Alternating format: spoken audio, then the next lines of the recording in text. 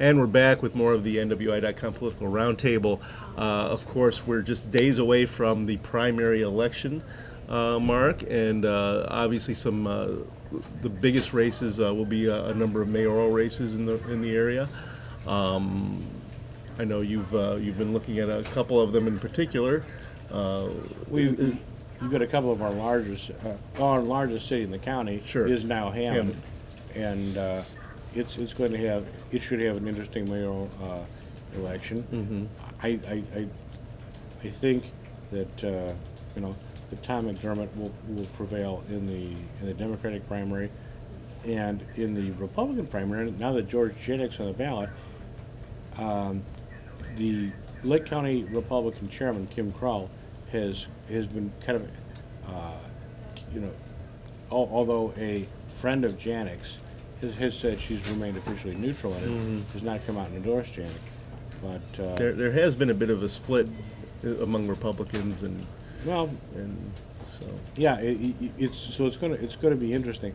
But I think that Janik's main competition is Matt Saliga, and I think that will probably be a more interesting contest than what's going on in the Democratic primary. Yeah. Although I think Oscar Sanchez may give McDermott a little more trouble than he thinks. Yeah. Because he's backed by Roy Dominguez, Yeah. The former sheriff, and but I think McDermott, with his money and his incumbency, will prevail. right. Next door in East Chicago, we've really seen the rhetoric heat up between I'm telling you, Copeland and Medina, haven't we? I'm telling you that is going to be probably the most interesting election in the county. Yeah. As far as I'm concerned. Yeah. Up until maybe a week or so ago, I would have given Copeland the easy edge. Copeland is the appointed incumbent. Right. He has been independent of a lot of the stuff a lot of the shenanigans that have gone on in East Chicago. He's been able to stay away from any kind of controversy. But I'll tell you, this is kind of like watching a horse race.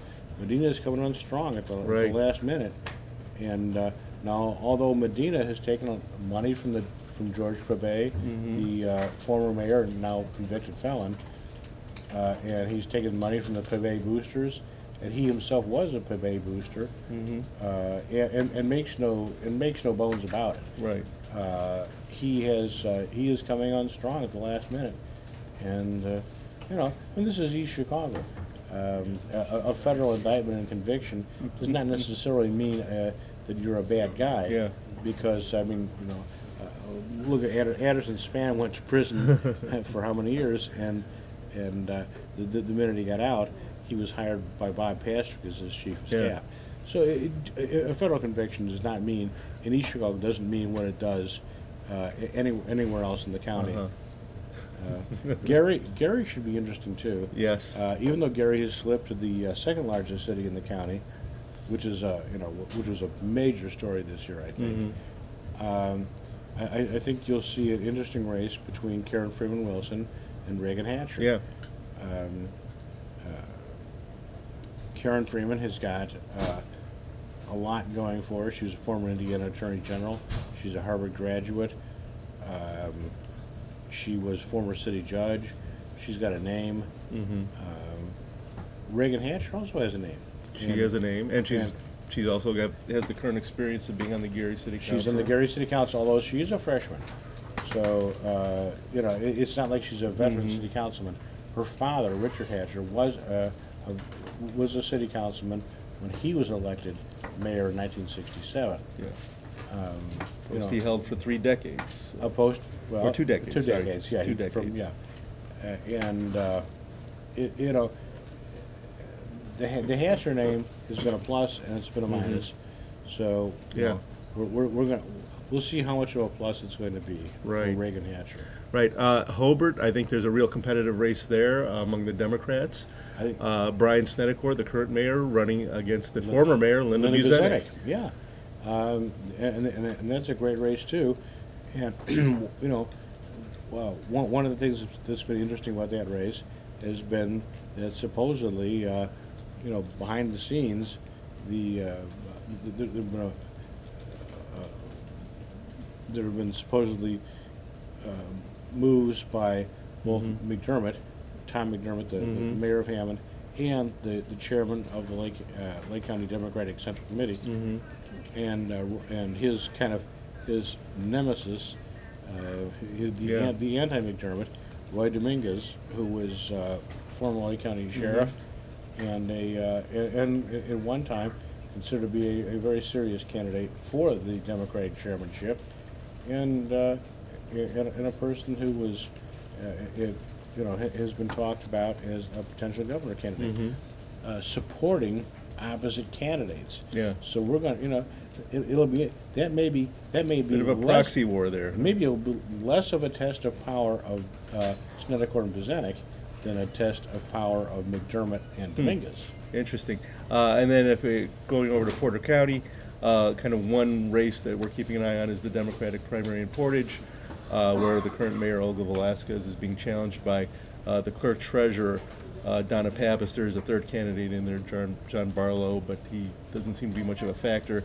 It's going to come down to Pappas and Velasquez. How do you see that one coming out? I think that it's an interesting race.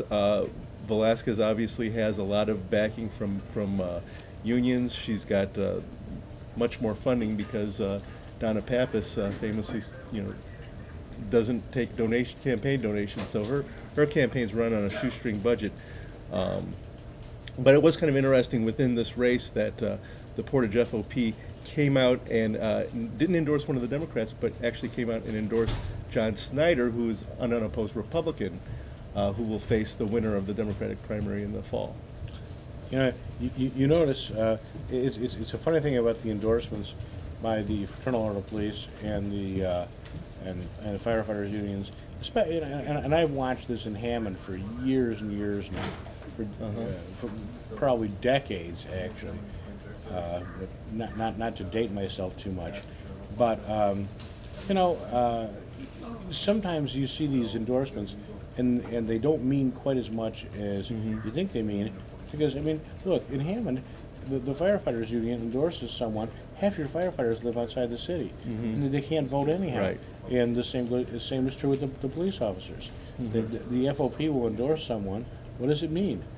It means not, first of all, not all the police officers belong to the FOP, and second of all, a lot of them don't live in the city. Right. So it's always fun to say, I've got the endorsement of the FOP, but when you come down to it, how many votes does that really translate out Sure. to?